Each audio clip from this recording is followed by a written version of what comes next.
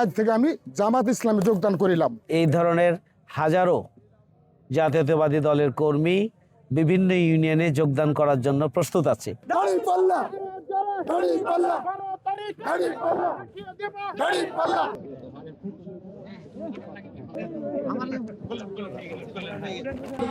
পরিবেশ নিশ্চিত করা হবে।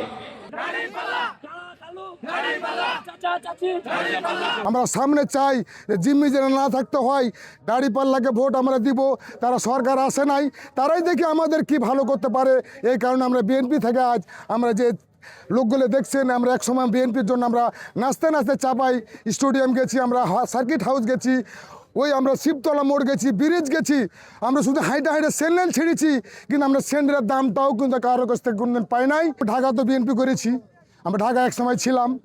এখন আমি দেখেছি তাদের অত্যাচার, আমি লীগের অত্যাচার দেখেছি।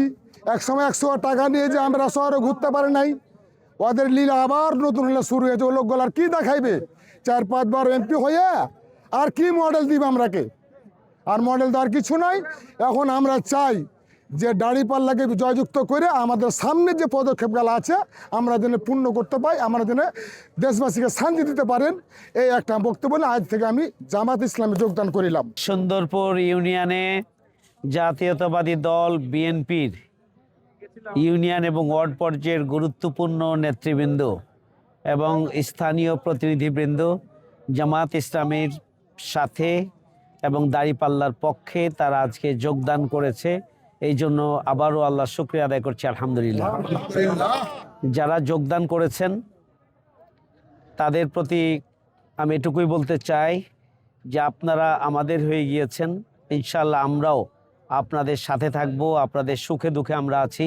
আপনাদের যে কোনো প্রয়োজনে আমাদেরকে আপনারা খেয়াল করবেন, আমাদেরকে জানাবেন, আমরা আপনাদের পাশে থাকবো ইনশাআল্লাহ। আজকে যারা যোগদান করেছেন, এই ধরনের হাজারো জাতীয়তাবাদী দলের কর্মী বিভিন্ন ইউনিয়নে যোগদান করার জন্য প্রস্তুত আছে।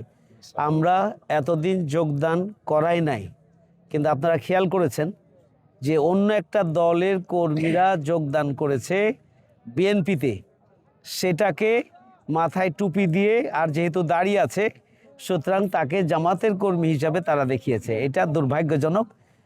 আর কত নিচে আমাদের বড় ভাইয়েরা নামবে আমি জানি না। আমরা আশা করি যে আজকের এই যোগদানের মাধ্যমে অত্র এলাকায় ভোটারদের মধ্যে প্রাণচাঞ্চল্য তৈরি হবে, দাঁড়িপাল্লার পক্ষে গণজোয়ার তৈরি হবে ইনশাআল্লাহ, এবং গোটা দিয়ার অঞ্চলেই একটা প্রাণের একটা সাড়া জাগাবে এবং দাঁড়িপাল্লার পক্ষে গণজোয়ার আরও তীব্রতার হবে ইনশাআল্লাহ মনে করি।